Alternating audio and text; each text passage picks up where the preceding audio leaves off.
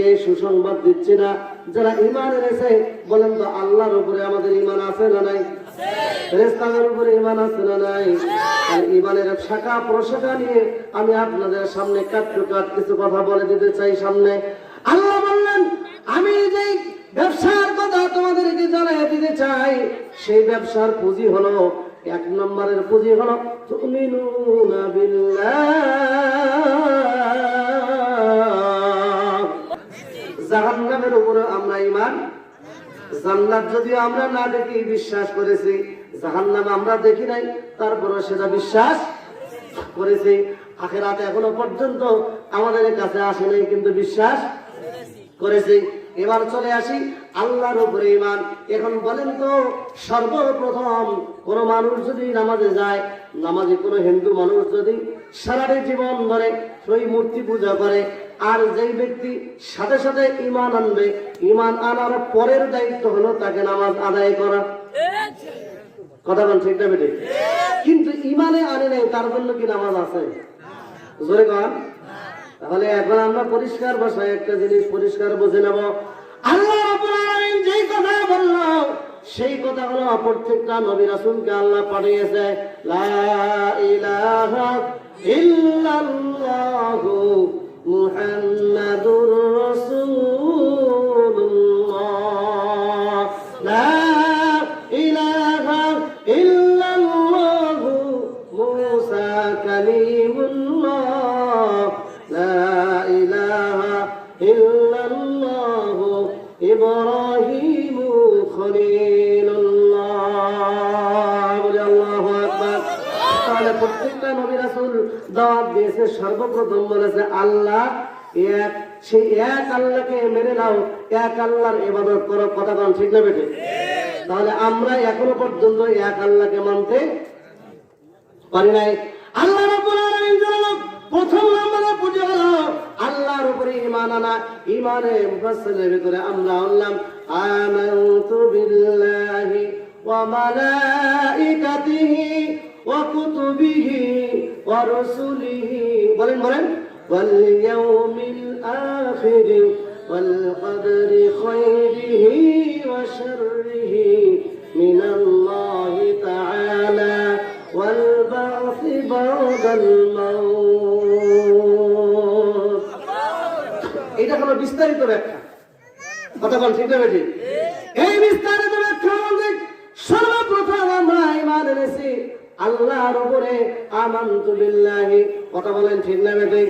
সে আল্লাহর উপরে আমাদের ঈমান আছে, এটাতে কোনো ভেজাল নাই।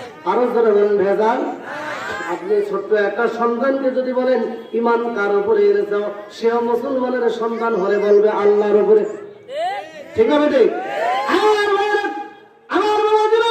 তাহলে দ্বিতীয় নাম্বার হলো ওয়া মালাইকাতিহি। তাহলে আল্লাহর যে সমস্ত ফেরেশতা আছে, ওই ফেরেশতাদের উপরে আমাদের ঈমান আছে না নাই? আরো জোরে বলেন। এই জায়গায় গিয়ে সমস্যা, এই জায়গায় গিয়ে সমস্যা হলো এই কোরআনুল কারীম নাযিল হয়েছে, আল্লাহ রাব্বুল আলামিন নাযিল করেছে একজন ফেরেশতার মাধ্যমে। সেই ফেরেশতার নাম হলো হযরত জিবরাইল আলাইহিস সালাতু ওয়াস সালাম। কথা বলেন ঠিক না বেঠিক? ইসরাফিলকে আপনি বিশ্বাস করেন, মিকাইলকে বিশ্বাস করেন, সব ফেরেশতাকে বিশ্বাস করলেন, কিন্তু আবু জেহেলকে জিজ্ঞাসা করা হলো আপনি সব ফেরেশতাকে বিশ্বাস করলেন কিন্তু একজন ফেরেশতাকে বিশ্বাস করেন না, ঘটনা কি? সেই ফেরেশতা হলো হযরত জিবরাইল আলাইহিস সালাতু ওয়াস সালাম। আবু জেহেল ডাক দিয়ে বলে আজরাইলের কাজ আজরাইল ঠিকই করে, মিকাইলের কাজ মিকাইল ঠিকই করে, ইসরাফিলের কাজের জন্য ইসরাফিল ঠিকই আসীন হয়ে আছে, কিন্তু মাঝে মধ্যে জিবরাইল নামের যে ফেরেশতা আমাদের বিরুদ্ধে কিছু আয়াত নিয়ে এসে মুহাম্মদ রাসূলুল্লাহ সাল্লাল্লাহু আলাইহি ওয়াসাল্লামকে বলে দিয়ে যায়, আর সেই অনুযায়ী সমাজে সেটা বাস্তবায়ন হয়। এই জায়গায় আমাদের বিপদ। কথা বল ঠিক না বেটি? আরো জোরে বলেন ঠিক না বেটি? আমার সেই জন্য একজন ফেরেশতা হযরত জিবরাইল আলাইহিস সালাতু ওয়াস সালাম এবার আপনি যদি ইমানদার হন, আপনি যদি মুমিন হন, আমরা স্বীকার করে নিলাম আল্লাহ এক। আল্লাহ কি? তাহলে আপনি স্বীকার করে নিলেন আল্লাহ এক। এখন বলেন তো রিজিকের মালিক কে? আরো জোরে। রিজিকের মালিক যদি হয় আল্লাহ, তাহলে মুসলমান শুনে নেন, আপনি যদি একজন মানুষকে জিজ্ঞাসা করেন তোমার এই বছরে আমের গাছে এত আম কেমনে ফসলো, এত আম কেমনে ধরলো, এত আম কেমনে ভালো হলো, সেই আল্লাহর বান্দা অটোমেটিক ভাবে বলে দেয় আমি পরিচর্যা সুন্দর করে করেছি, আমের জাত, আমের চারাটা আমার ভালো ছিল। কথা বল ঠিক না বেটি? আমের চারা ভালো ছিল। যদি জিজ্ঞাসা করেন এত সুন্দর ধান হলো কেমনে, তাহলে মানে এসে মুসলমান বলে দেয় আমি কি কৃষক দেখতে খারাপ? কথা বল ঠিক না বেটি? তাহলে আপনার ঈমান এনেছেন আল্লাহর উপরে, ঈমান এনেছেন রাসূলের উপরে, ঈমান এনেছেন রাসূলের উপরে। তাহলে আল্লাহ এবং রাসূলের উপরে যেহেতু ঈমান এনেছেন, তাহলে সেই ঈমানটা মজবুত করতে হবে কি হবে না? আরো জোরে বলেন হবে কি হবে না? সংক্ষিপ্ত ভাষায় আপনাদেরকে বলে দিতে চাই, প্রথম নম্বরে পুঁজি হলো আল্লাহর উপরে ঈমান আনা। আল্লাহর উপরে ঈমান আনা মানে এই কোরআনুল কারীমের ভিতরে যতগুলো আদেশ আছে, সমস্ত আদেশ আপনার জীবনে, আরো জোরে বলেন, সমস্ত আদেশগুলোকে মেনে নেওয়া, সেই অনুযায়ী আপনার আমল করা। আর দ্বিতীয় নম্বর কাজ হলো আল্লাহ যতগুলো নিষেধ করেছে সমস্ত নিষেধ থেকে আপনাকে আমাকে বিরত থাকা। কথা বলেন ঠিক না বেঠিক? আরো জোরে বলেন ঠিক না বেঠিক? দ্বিতীয় নম্বর হলো আল্লাহ বলছেন, দ্বিতীয় নম্বর হলো নবীর উপরে ঈমান আনতে হবে। তাহলে এই নবী, আমাদের নবী, বিশ্ব নবী মুহাম্মদ রাসূলুল্লাহ সাল্লাল্লাহু আলাইহি ওয়াসাল্লামের উপরে যেই কোরআন নাযিল হয়েছে, এই কোরআনের উপরে বিশ্বাস আনতে হবে। আর নবীর তরিকা অনুযায়ী নিজের জীবনকে বাস্তবায়ন করতে হবে। কথা বলেন ঠিক না বেঠিক? আরো জোরে বলেন ঠিক না বেঠিক? আমার ভাইরা, কিন্তু আমরা মুসলমান বলেন তো আল্লাহর বিধান এক ওয়াক্ত, সপ্তাহে এক ওয়াক্ত নামাজ নাকি প্রতিদিন 5 ওয়াক্ত নামাজ? আরো জোরে বলেন। প্রতিদিন 5 ওয়াক্ত নামাজ হলো আল্লাহর বিধান। তাহলে আল্লাহর বিধান অনুযায়ী যার জীবন চালাতে পারে না, রাতের বেলা ঈশার নামাজ পড়ে অথবা না পড়ে ঘুমাইছে, ফজরের আযান হয়েছে, মুসলমান হলে, ইমানদার হলে তার দায়িত্ব হলো আযানে সাড়া দিয়ে নামাজ পড়া। কথা বলেন ঠিক না বেটি? কিন্তু আমরা সেটা না করে নাক ডেকে আবার ঘুমাই।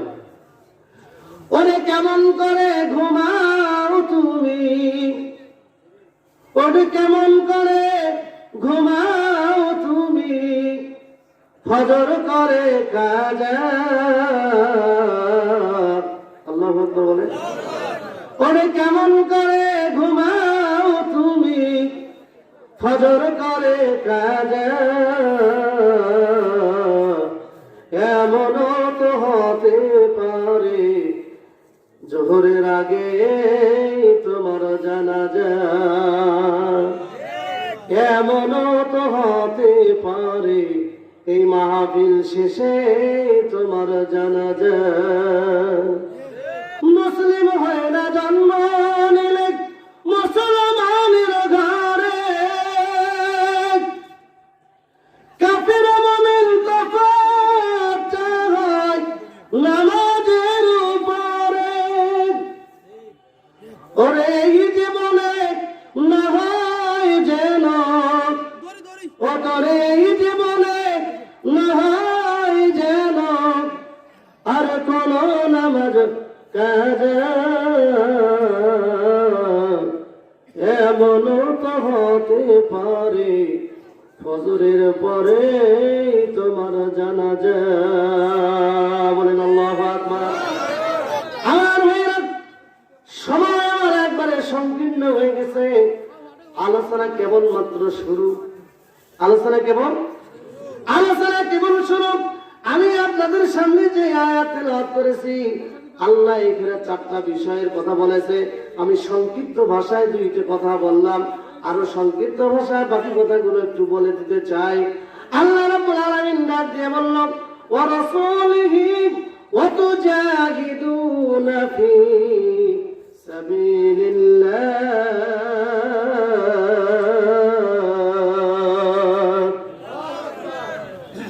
এখন বলেন তো সম্পদ দিয়েছেন কে? এই জীবনের মালিক কে? এই জীবনের মালিক যদি হয় আল্লাহ, আর সম্পদের মালিকও যদি হয় আল্লাহ, তাহলে আল্লাহ ডাক দিয়ে বলো, রে বান্দা, ও বান্দিরা, তোমরা শোনো, তুমি যারা আমি আল্লাহর উপরে ঈমান এনেছো, রাসূলের উপরে যারা ঈমান এনেছো, তাদের কাজ হলো তৃতীয় নম্বরে তোমাদের সঙ্গে একটা পুঁজি আমি আল্লাহ তোমাদেরকে দিলাম। আমি আল্লাহ যেই তোমাদের কাছে সম্পদ দিয়েছি, সেই সম্পদ থেকে আমার রাস্তায় ব্যয় করো। আমি আল্লাহ যেই জীবন তোমাদেরকে দিলাম, সেই জীবন আমি আল্লাহর রাস্তায় ব্যয় করো। নারায়ে তাকবীর, লা ইলাহা ইল্লাল্লাহু মুহাম্মাদুর রাসূলুল্লাহ। সকলে বলি সাল্লাল্লাহু আলাইহি ওয়াসাল্লাম। মেহমান যেহেতু চলে এসেছে, আমি সংক্ষিপ্ত ভাষায় আপনাদেরকে জানিয়ে দিতে চাই, 3 নম্বরের কাজটা হলো, যে আল্লাহ সম্পদ দিয়েছে, ওই আল্লাহ জীবনও দিয়েছে। কথা বলেন, কথা বলেন। যে আল্লাহ সম্পদ দিল, আল্লাহ ডাক দিয়ে বলে, রে বান্দা, ও বান্দিরা, আমি আল্লাহ যে সম্পদ তোমাদেরকে দিলাম, সেখান থেকে আমি আল্লাহ রাস্তায় ব্যয় করো। 4th নম্বরে হলো বিআমওয়ালিকুম ওয়া আনফুসিকুম। আল্লাহ ডাক দিয়ে বলো, তোমাদের কাছে 2টা কাজ করতে হবে। 1 নম্বরে হলো অন্যায়গুলো থেকে বিরত থাকা। কি থেকে? আরো জোরে, কি থেকে? এখন অন্যায়ের ফয়লাত, সেই দিকে গেলে অনেক সময়ের দরকার। মেহমান বসে আছে, এই 4টা কাজ যদি তোমরা করো, নেক আমল যদি করো, আর অন্যায় অপরাধ থেকে যদি বাঁচো, তাহলে আল্লাহর ওয়াদা হলো, আল্লাহ ডাক দিয়ে বললো, ইয়াগফির লাকুম যুনুবাকুম ওয়া ইউদখিলুকুম জান্নাতিন তাজরি মিন তাহতিহাল আনহার।